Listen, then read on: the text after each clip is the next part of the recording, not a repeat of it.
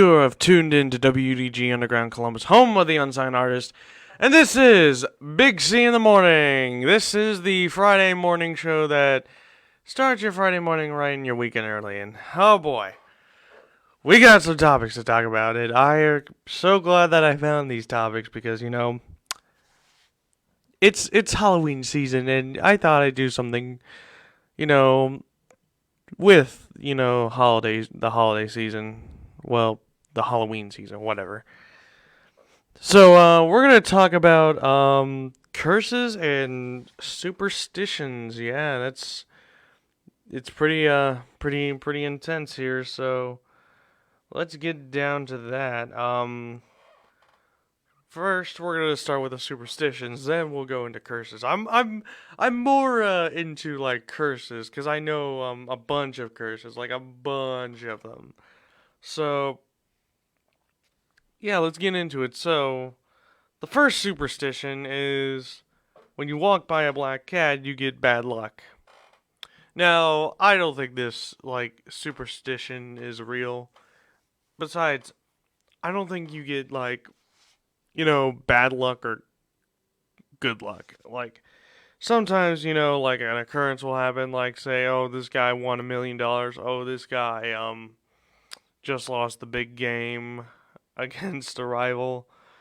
So, I don't believe like, good luck and bad luck are like a thing.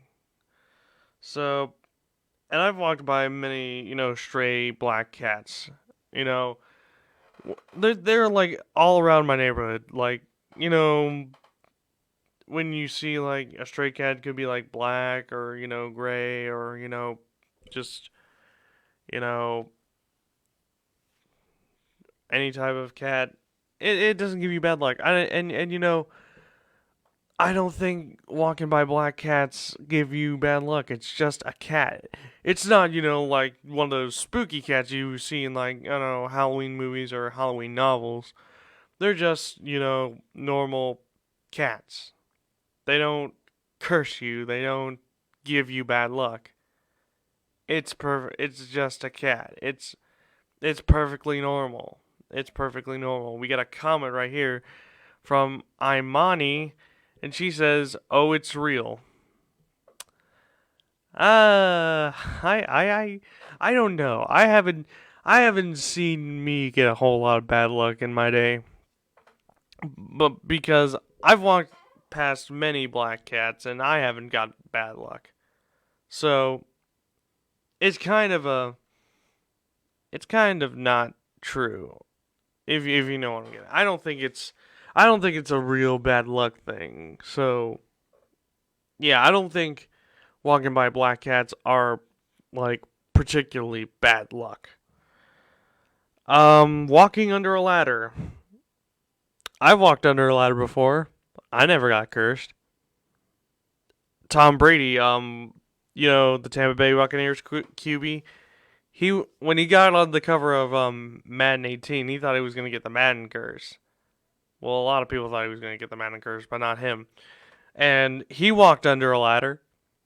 He was fine. He didn't get injured, but he did lose the Super Bowl to a backup QB. So maybe, yeah, I guess you can say he got cursed or something like that. Um, what else? Breaking a mirror. Now, breaking a mirror is somewhat of a curse. I think I've never seen anyone break a mirror before. Um, just because I just never seen it happen. I mean, Tom Brady broke a mirror. He didn't get injured, but he did lose the Super Bowl. So yeah, Tom Brady, he broke a mirror, walked under a ladder, and didn't get cursed. Well, injury wise, but he did lose Super Bowl 52 to a backup quarterback from the Philadelphia Eagles. So yeah. Um, Spilling salt can get you bad luck. Now, I've spilled the salt many, many times before. I've spilled the salt probably 10 times. I didn't get bad luck. Because I think there's a way that you can reverse that. If you spill the salt, like a salt shaker and stuff, all you have to do is just throw it over your shoulder and it reverses the bad luck. But if you just spill the salt and just pick it up and do nothing with it, I think you can get bad luck. But I've spilled the salt and I've always, thrown it over my shoulders. Made sure it, didn't get me bad luck, which thankfully it didn't. Because, some people say it can give you bad luck. And I just always throw it over my shoulders just in case if I were to get bad luck. And luckily I haven't been cursed yet. So yeah. Oh yeah, step on a crack and breaking your mother's back. I don't think that's real. I think that's a myth. That superstition is a myth. Like seriously, have you ever heard of the term if you step on a crack, you'll break your mother's back? Now, I've seen it happen in a lot of TV shows and movies, and I'm like, yeah, this is a fake. It's fake. Like, seriously. Stepping on a crack will not break your mother's back. Stepping on a crack it will do nothing. It's just a crack. Like, seriously. And besides, if it really did, if it would break your mother's back, it wouldn't really break the back. It would just break the spine. Like the back is not a bone. It's just a back. So basically, what it really should be, it should be called step on a crack, break your mother's spine, because basically the spine is like part of the back. Like, how do you break a back? Seriously. Oh man, I broke my back. It doesn't make sense. The right pronunciation would be, ow, I broke my spine, not I broke my back. Because seriously, the back is not a bone. It's just a back. It's just a back, people. I mean, seriously, it's just a back. It's literally just a back. So yeah. The number 13 is considered to be unlucky. Yeah. So, a lot of people are like scared of the number 13, and they also say the number 13 is unlucky. I can somewhat, agree to that because you see, elevators. They sometimes don't have the number 13 because bad luck. Like something can happen to the elevator. Um, Number 13 in sports. I don't think people who wear number 13 are cursed in sports. So Odell Beckham Jr. is going to be fine. In like other sports like NASCAR, the number 13 is very unlucky because it always finishes in the back. Because, the guy who drives it, he comes from from somewhat of a racing family. His grandfather is like a NASCAR owner.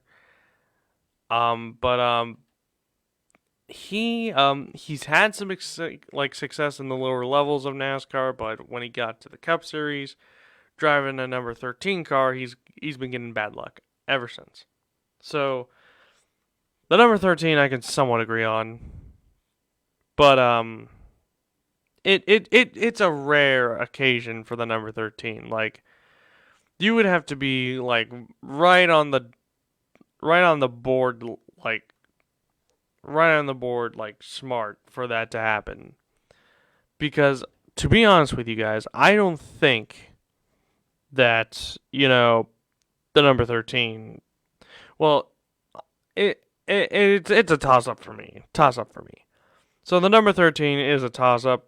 It's a rare occasion, but I I just I just feel like it's a toss up. It could happen, it could not happen, who knows. Anything could basically happen. Um a rusty nail in a lemon keeps the evil eye away. That's another weird superstition. Who would put a rusty nail in a lemon? Like seriously, that's just wrong. What I would do is I would take the lemon and just make some fresh lemonade. I wouldn't put a rusty nail in it. What is even the evil eye? I don't know what the evil eye is. Could someone please tell me what the evil eye is? Because I do not know what in the world is the evil eye. I have never seen the evil eye. I just don't know what it is. Someone needs to tell me what is the evil eye. Write down in the comments. I don't know. But yeah, a rusty nail lemon keeps the evil eye away. Well, I haven't seen any evil eyes lately, so I'm pretty much safe. I'm safe, and everything's all good. So, yeah. Alright. So, that's it for superstitions. They're pretty, I guess, superstitious, a little superstitious, but now we're going to move on to the curses. I know a lot about curses, people, so get ready. It's going good. First curse. The Curse of Tippecanoe, also known as Tecumseh's Curse, also known as the Curse of Tecumseh. So, if you haven't heard about the Curse of Tippecanoe, this was a curse that was placed by a Native American named Tecumseh. And this was like after, the Battle of Tippecanoe, where Native Americans and American soldiers were battling in a battle. I think it was like the American Indian War, I think it was called. And this was like an important battle. So when Tecumseh got shot, with his last dying breath, he cursed like the general or the commander who was leading the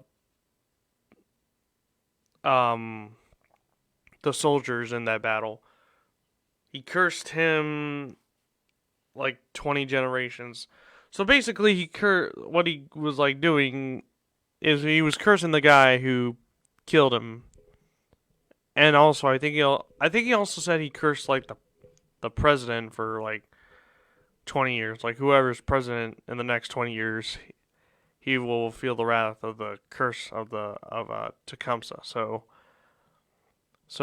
Tecumseh dies, and then William Henry Harrison, who was the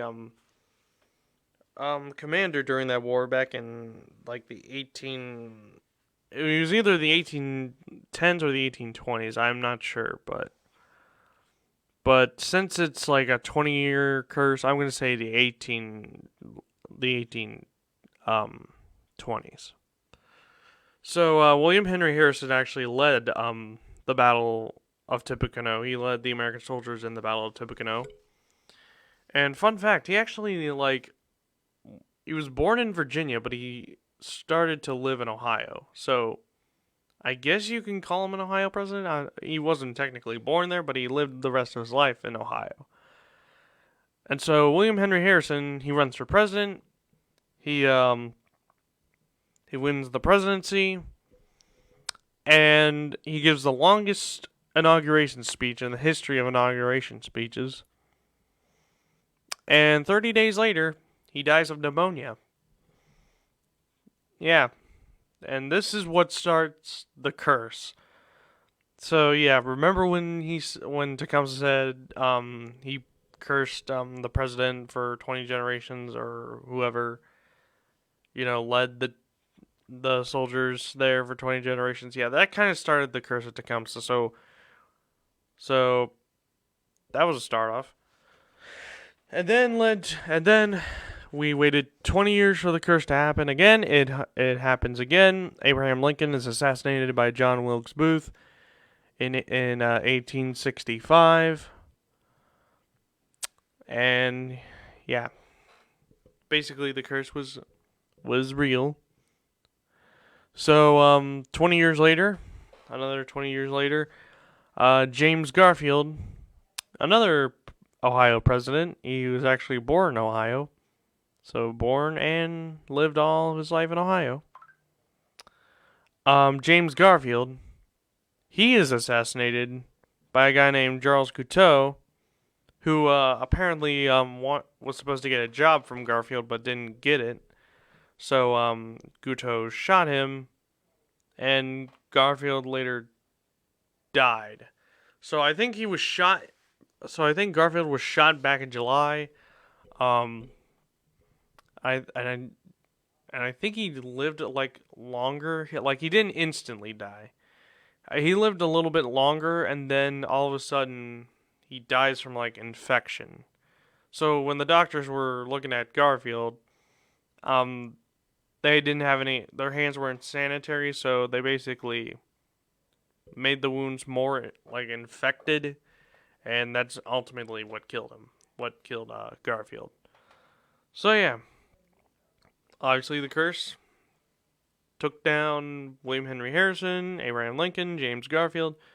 So let's go to another 20 years. 1901. William McKinley, another Ohio president, and was also born in Ohio. He is shot by Leon Czolgosz, and he survived a little bit until he developed gangrene. So yeah, McKinley got shot, lived a little bit, got gangrene, and died. So basically, the wound caught gangrene, he died, and yeah. So, as you can see, the curse of Tippecanoe is really intense. So let's go another 20 years. Warren Harding, another Ohio president. Yeah, as you can see, a lot of Ohio presidents are kind of dying here. Born and raised in Ohio all of his life. And Warren Harding, he was a little bit of a controversial president because he got into like a few scandals with him and his administration, and he tried to clear his name. So he went to San Francisco, California, to go and clear his name. Like he was touring around the country to clear his name. He stopped in Sacramento, California, and then in the morning, like he was right by his wife, and then all of a sudden he suffers a heart attack and he dies. Now some say it was food poisoning, but the coroner report said it was definitely a heart attack. So as you can see, the curse is for real. And then another 20 years, Franklin Delano Roosevelt, the United States' only four-term president. He was just elected back in March. Well, he was just sworn in back in March, back in 1945. And then a month later, into his fourth term, he suffers a brain hemorrhage and he dies. And this was like during World War II. So yeah, pretty crazy. But later in April, the United States beat Germany in World War II, and Victory in Europe Day, hooray! Well, it wasn't until May, so yeah. So the United States was good, even if Franklin Delano Roosevelt died. The United States was going to win the war anyway, because they won World War One. If they could win World War One, they win World War Two. So yeah, and then another 20 years later, in 1963, on November 22nd, John F. Kennedy is assassinated by Lee Harvey Oswald, and he dies. So yeah, basically, Kennedy got shot 3 times, once in the back, once in the throat, and I think the final blow was in the head. So he died instantly. There was no chance of him getting saved. So he gets assassinated by Lee Harvey Oswald. Lee Harvey Oswald 2 days later or 3 days later, he dies. Like Lee Harvey Oswald is assassinated himself, by a nightclub owner named Jack Ruby. It's not related to the curse of Tippecanoe, but I thought I'd just throw that in for you guys for, stuff, for fun facts and history, because I'm a little bit of a history buff. So yeah, and then 20 years later, in 1981, Ronald Reagan is shot by John Hinckley Jr., but he survives. So yeah, he survives an assassination attempt, and everyone thought that the curse of Tippecanoe was lifted. Because another 20 years later, George W. Bush would be president, and he had some assassination attempts on him, but he survived. Even though there was like multiple assassination attempts on him. So yeah. And then we come to 2020. So basically, 2020 is going to be a mystery. Will the curse make a resurgence or will it not? Who knows? Who knows? It could happen. It could happen. It could not happen. Who knows? We'll just have to wait and see. But I think the curse is broken. I think it's gone. But anyways, let's move on to another curse. The Cleveland curse. This is a sports curse. So the last time Cleveland won a sports championship was in 1964. That was when the Browns won the NFL championship. And thus, Cleveland never had a championship win, like a professional sports championship win, for like 52 years, until that curse is broken by LeBron James and the Cleveland Cavaliers, who won the 2016 NBA championship by becoming the first team to come back from a 3-1 deficit in the NBA Finals to win the championship. They beat the Golden State Warriors 4-3. The curse is broken, but the Browns still can't win a championship. And then the Indians lose the World Series later that year.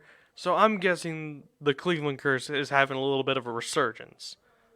So yeah, it's pretty sad, but what are you gonna do?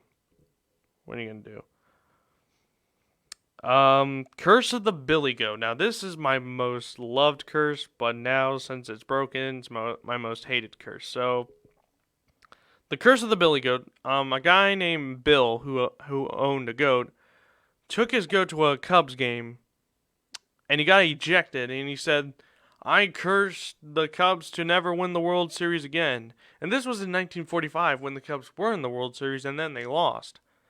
And it's been like 100 and some years for the Cubs from winning a championship. But in 2016, the Cubs beat the Indians and they win the World Series. And the Indians could have won the World Series, but they blew a 3-1 lead in the World Series. Those 3-1 jokes came back and smacked Cleveland in the face. So yeah. Now we'll move on to other curses. The Mummy's Curse. Basically, King Tut, who was ancient Egyptian, he cursed anybody who opened his tomb, and unfortunately, people opened his tomb, and they're still doing it, and it's basically cursing a lot of people. A lot of people died during these curses. And I think King Tut's the one who's cursing 2020, because I saw a story that says, "Oh, King Tut's tomb has been opened this year of 2020," and I was like, "Oh boy." And we got a comment from Nick Miles. He says, "At least it's not as bad as the Lions." Oh yeah, the Lions are cursed. Yeah, definitely cursed, because the Detroit Lions got cursed by one of their former players who was traded to the Steelers, and he said, "I hope Detroit never wins again, like never wins a championship again." And surprisingly, it hasn't happened. Other curses, the curse of Utsi the Iceman. Basically, he was a guy from the Bronze Age in some country. I forget what country it is. I learned this in like world history. So, he was an Iceman who was found frozen. He died during an avalanche, and the people who found him died in the mysterious ways. Like, One guy was dead by getting suffocated by his own bed. It's weird. It's weird. And then you got the Curse of the Hope Diamond, which is a very special diamond from like the 1600s, and whoever possessed it died. So King Louis the 16th was the guy who possessed it. Then he gets beheaded by his own people because he was a ruthless dictator. A lot of people who had the Hope Diamond died mysteriously, heart attacks, suffocations, basically a lot of weird stuff.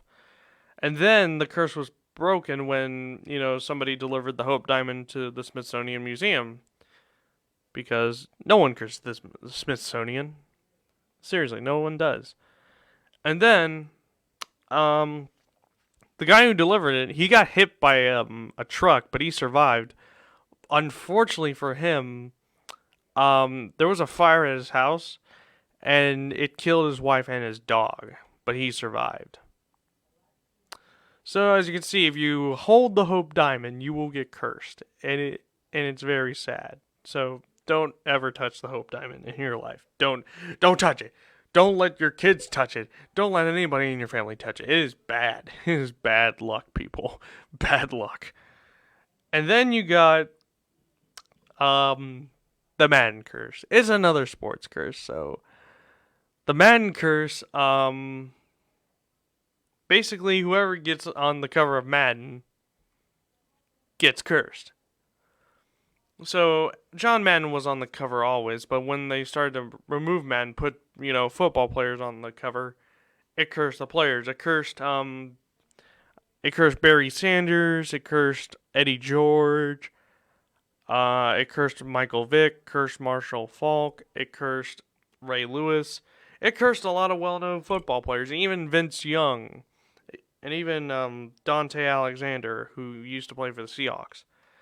And it cursed like Troy Palom, that Troy guy from the Pittsburgh Steelers. I can't pronounce his last name because it's a big old tongue twister. Larry Fitzgerald got cursed.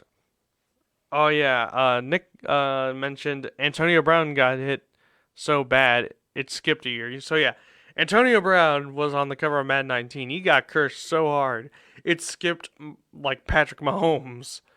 Like, seriously, Patrick Mahomes, he only broke, like, some part of his leg, but he was able to return and won the Super Bowl. So, basically, Mahomes did not get touched by the curse because of Antonio Brown. Oh, boy, Antonio Brown's career is, it's basically done. It is, like, deep in the ground. Like, his career in the cemetery. It's over. It's over. So yeah, the Madden curse is real. I definitely do believe it. Because of Peyton Hillis, who was the running back, was a really good running back for the Cleveland Browns. He got on the cover and guess what? Cursed. And the Browns didn't make the playoffs, so yeah. Very, very sad for these guys, for people who get cursed.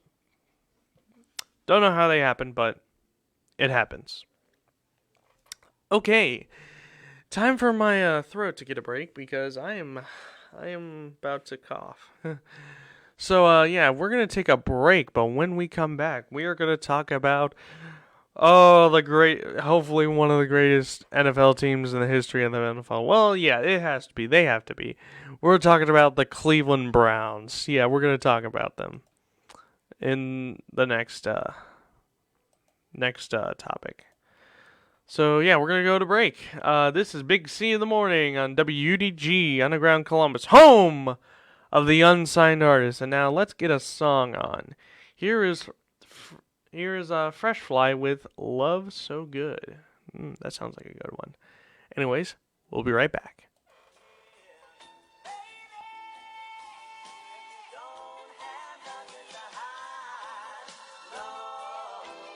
Welcome to my critical mind.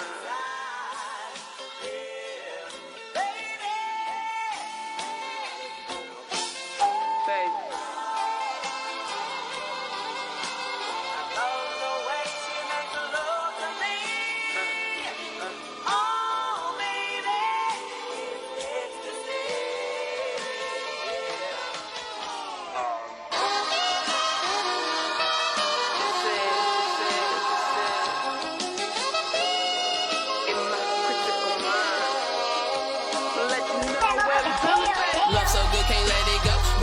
this love. Now, have you ever had the one you always need and will forever want? Even when you're gone off the strongest drugs, that's your antidote. The one that brings love to your mic and knows just how to rock your boat. Someone you would fight with on a regular but bleed for.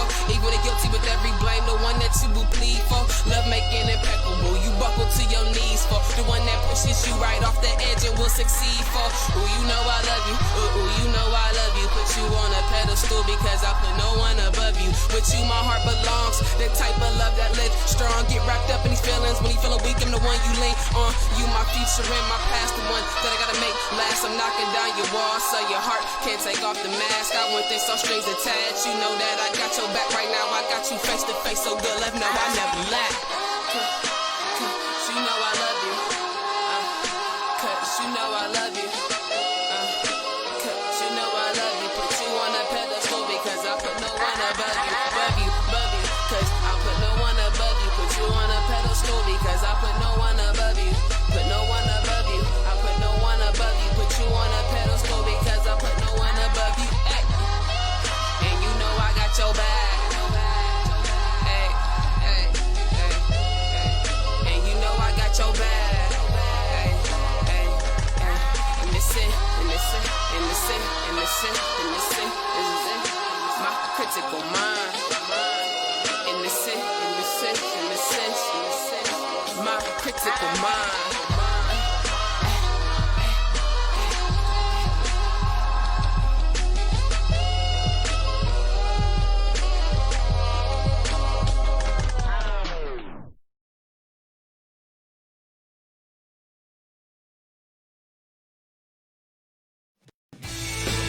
What I enjoy most about Ohio Media School is that we are able to get connections with the outside world, with the real media. I enjoy getting to know different people that are already doing what I want to do. And special shout out to Annie B, special shout out to J Love, and also Young Nisa.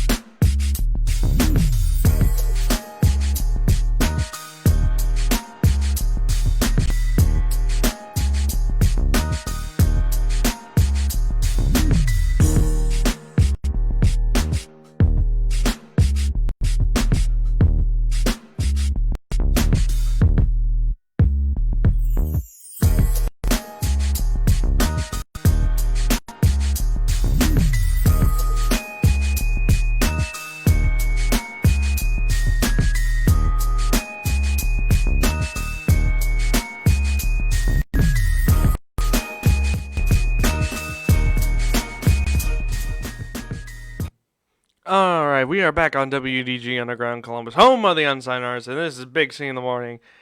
Now on to our second topic of the day. Our second topic is going to be all about the Cleveland Browns. Yes, sir, Bob. The Cleveland Browns. They're doing pretty good. They're actually pretty good. They're not trash or anything.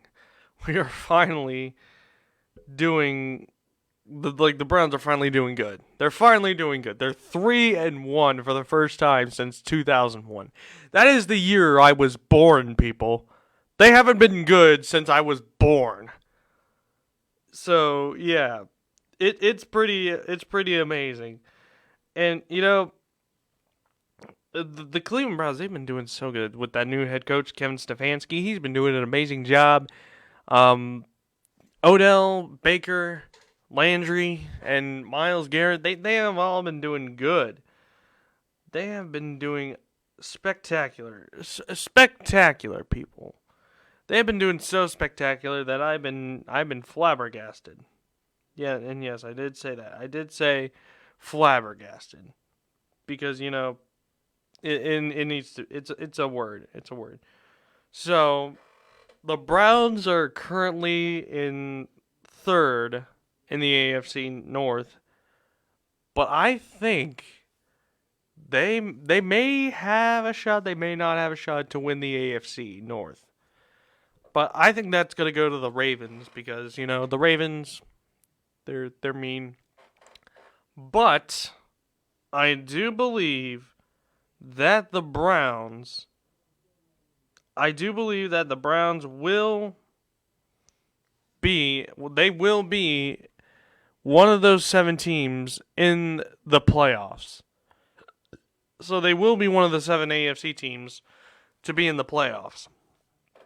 Because all the other teams, they're either playing good or they're just not playing at all. Because if you look at the Tennessee Titans and the New England Patriots and the Pittsburgh Steelers, but mainly the Patriots and the Titans, they haven't been playing football. Well, mainly the Titans, they have been playing football because of COVID-19 hitting them hard. So with all these COVID things happening, do you think that since this is COVID-19 season, the first ever NFL COVID-19 season, with all these players getting COVID and all these things happening concerning COVID, do you think that the Browns will get a spot in the playoffs due to the fact that all these players getting COVID-19? Because honestly, if you look at it from me, I see the Browns taking names here. Like, looking at the rest of the schedule, they're versing the Colts this week, which I think they're gonna win. I think the Colts are just not that good. They're 3-1. The Colts are 3-1. The Browns are 3-1. Someone's got to go 3-2. It's got to be the Colts. I haven't been seeing, them being all cool and stuff. I mean, the Browns are a powerful team. If you look at what they have on offense and defense, they have a lot of good players on offense and defense. Because Jacksonville, when the Colts played Jacksonville, the Colts lost by a touchdown. And then they versed the Vikings. The Colts versus the Vikings, they won that. And then they versed the Jets, they basically blown out the Jets. And then they won a close one with the Bears. So as you can see, the Colts have been close, but the Browns, they've only had one, maybe 1.5 close games, because they had a close game against the Bengals, didn't have a close game with the Washington football team, and then they almost blew a 27-point lead over the Cowboys, but thankfully the defense stepped up, the offense stepped up, they won the game with a touchdown and a mysterious 2-point conversion. Because I would like to go back to this Dallas Cowboys game. So the Browns versus the Cowboys. The Browns are leading 41-14. All of a sudden, the Cowboys, they just come back and score a bunch of points and a bunch of 2-pointers, 2-point conversions. And here's the fact. They were 0 for 2 on 2-point conversions this season until they scored 3 in a row for some reason. But the Browns clapped back with a trick play from Baker Mayfield, handed off to Odell Beckham Jr., and then Odell just ran 50 yards for a touchdown. And then all of a sudden, the Cowboys kind of shot themselves in the foot because they blocked the field goal. They didn't recover it because the football, it was behind the line of scrimmage. And when the football is behind the line of scrimmage, it means that it's a live ball. You have to recover it to make sure nobody else gets it. It's a live ball. You have to go get it. But the Cowboys didn't know that, so they just, they basically did that with the ball. And guess what happened? A Browns player got on the football in the end zone and scored a 2-point conversion. So yeah, that is a 2-point conversion, people. That was the most beautiful 2-point conversion I ever seen. So it was now, instead of 48-38, it was 49-38, and then Dak Prescott threw a pick to former Ohio State football player and current Cleveland Browns player Denzel Ward. The most beautiful play I've ever seen. and the Browns won their first 3-1 start, and I definitely do believe that the Browns are going to go far. So this week, they beat the Colts 4-1. Steelers, they're probably going to lose 4-2. Bengals 5-2. So that's a win. So that's 5-2 for the Browns. Las Vegas Raiders, formerly known as the Oakland Raiders. The Oakland Raiders are 2-2. I think they're gonna give the Browns a run for their money, but I think the Raiders are gonna lose. So 6-2. Houston Texans, they're 0-4, 7-2. So the Browns are gonna be 7-2, and then they're versing the Eagles. The Eagles, they might give the Browns a little run for their money as well, but it's a home game for the Browns, so make that 8-2 for the Browns. Jacksonville. The Jacksonville Jaguars, they might pull a, Indianapolis Colts on us, but I don't think that's going to happen. But, yeah, I do think that the Browns are going to destroy the Jaguars. They're going to smack the Jaguars. So make that 9-2. And then you got the final 5 games of the season. You've got Tennessee, Baltimore, the Giants, the Jets, and the Steelers. Titans, we may lose, so 9-3. Baltimore, that's a loss, so 9-4. Giants and the Jets, 2 easy dubs, so 11-4, and then the Steelers, it's a toss-up, So the Browns are either going to go 11-5 or 12-4 this season. So yeah, I'm calling it. The Browns will make the playoffs if they are 11-5 or 12-4. I'm calling it.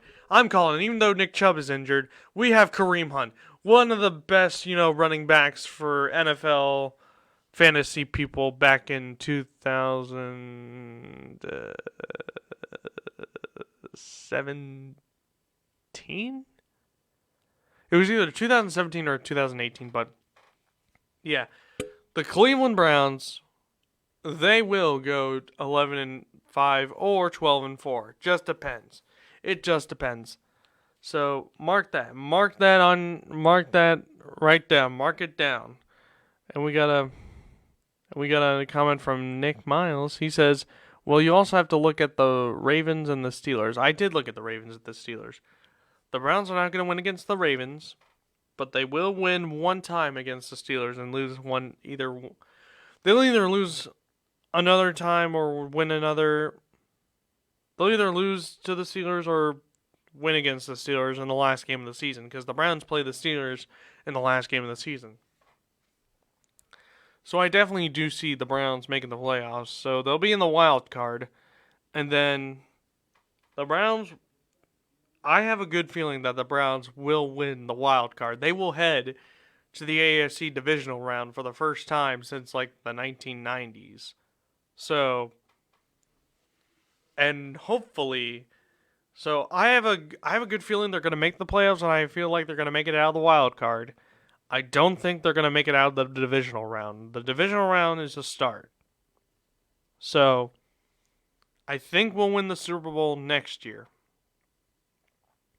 I just think that the Browns, with the team that they got and the new coaches that they have, I think the Browns will have a winning record this year. I just don't think that the Browns will make it out of the divisional round. They'll make it out of the wild card. They just won't make it out of the divisional. So, they're not going to go to the AFC title game or the Super Bowl this season. And another comment from Nick. He says, "What I'm saying is both teams have been powerhouses for years and have been first and second for a while. Not saying the Browns aren't good, but this year, but that's a tough team, tough division.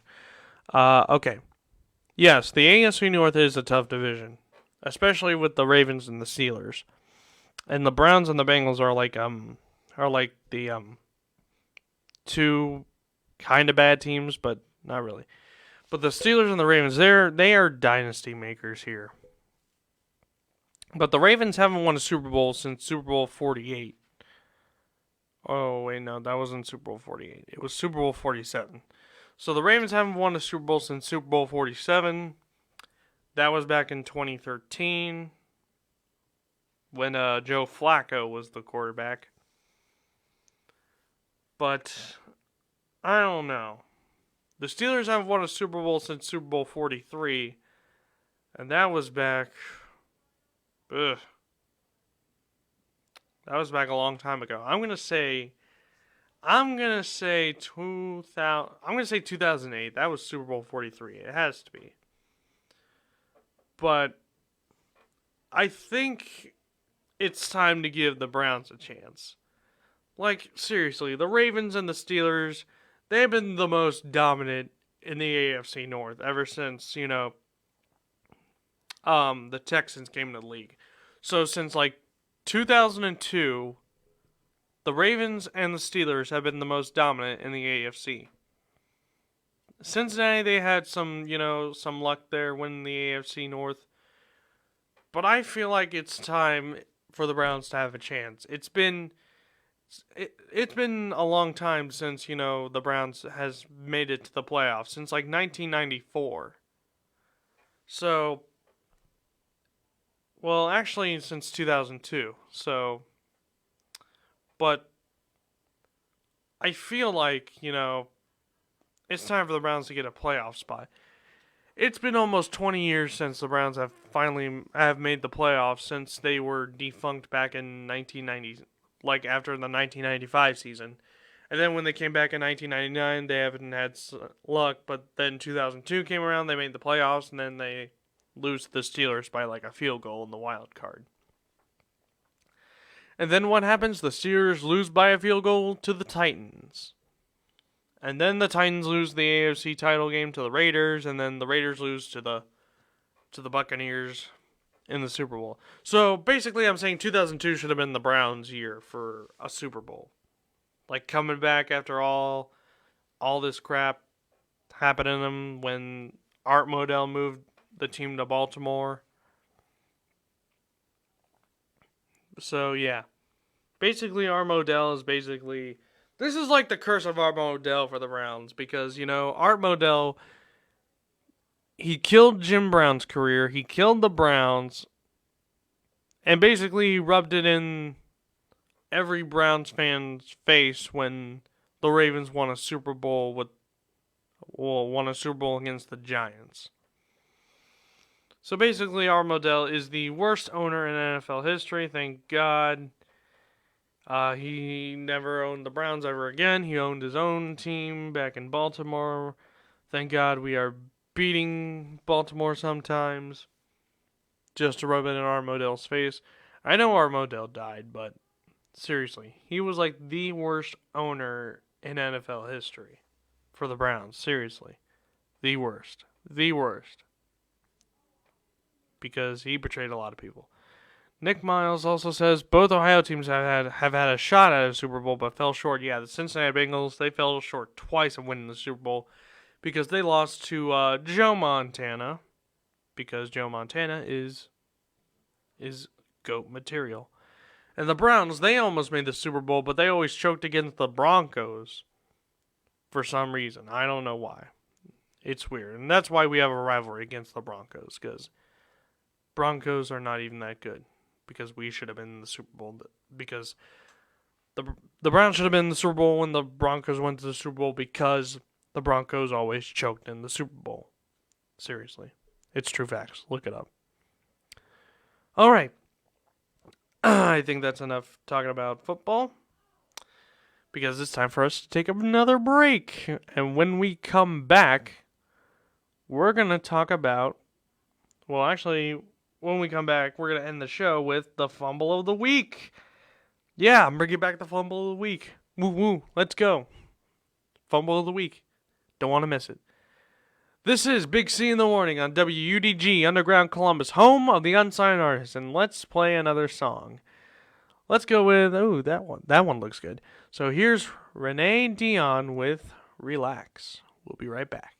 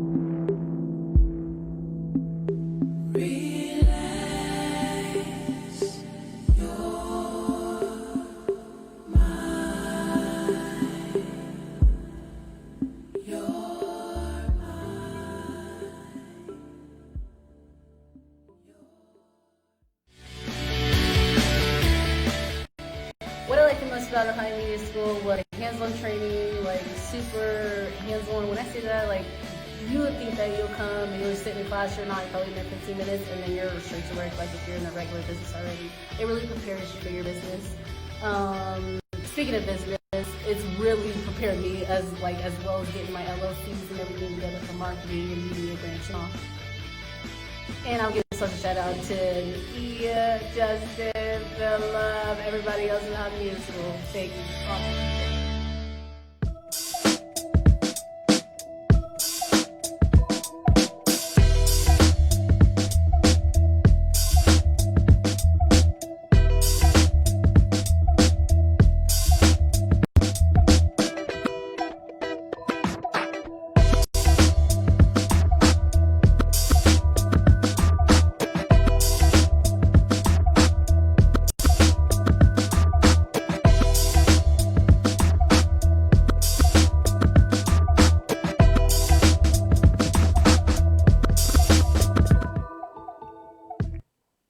We're back on WDG Underground Columbus, home of the Unsigned Artists, and this is Big C in the morning.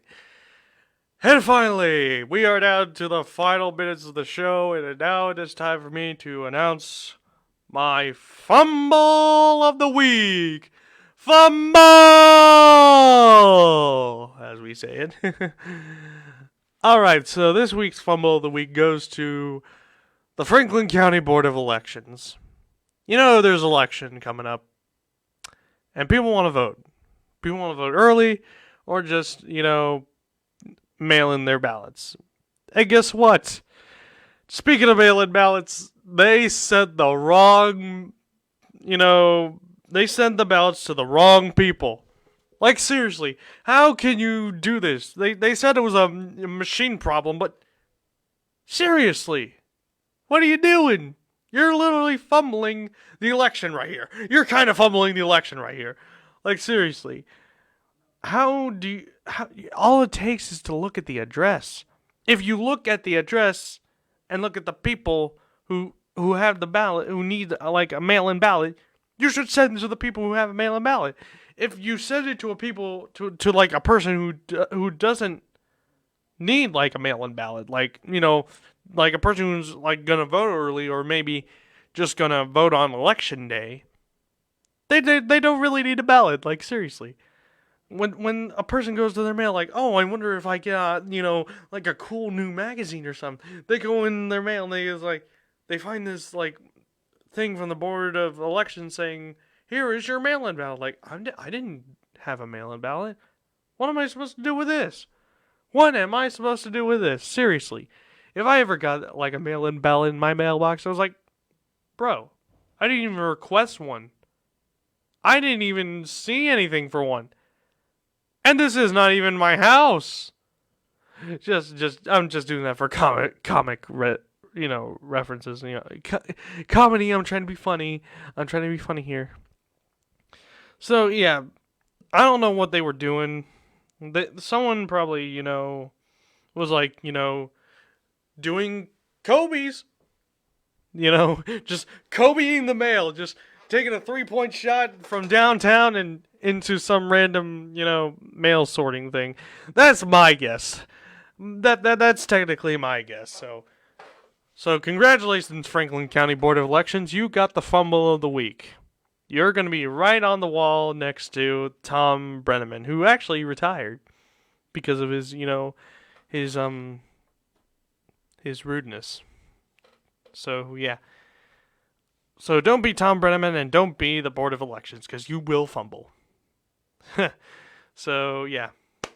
But, also speaking of Kobe, tonight is the possible final game of the NBA Finals. Lakers are up 2. Well, they're not up 2. They're up 3-1 against the Heat. I think the Lakers are going to win. They're going to win their 17th title. LeBron's going to win his 4th. So Lakers are going to tie the Celtics in championships in the NBA. So, yeah. But anyways, everybody, it is 11 o'clock. It's time for me to get out of here. Next week, anything can happen. Anything can happen for this show next week. I could have a guest. I could not have a guest. Who knows? I could have anybody. Or just me. Seriously. It could just be me. But anyways, I'd like to thank you all for tuning in to this show. It really keeps me happy. It keeps me happy. It's fun being the host of your own show with millions and millions of people watching you. So yeah. Also, if you want to be notified when the show airs, get the notification. Notify yourself on this page, WDG. Yeah. So you don't never miss a show. Yeah. All right. I'm gonna get out of here. Time for us to start the weekend. This has been Big C in the Morning on WDG Underground Columbus, home of the Unsigned Artists. My name is Big C, and I am out of here. See y'all next week. Have a great weekend. And also, go Lakers.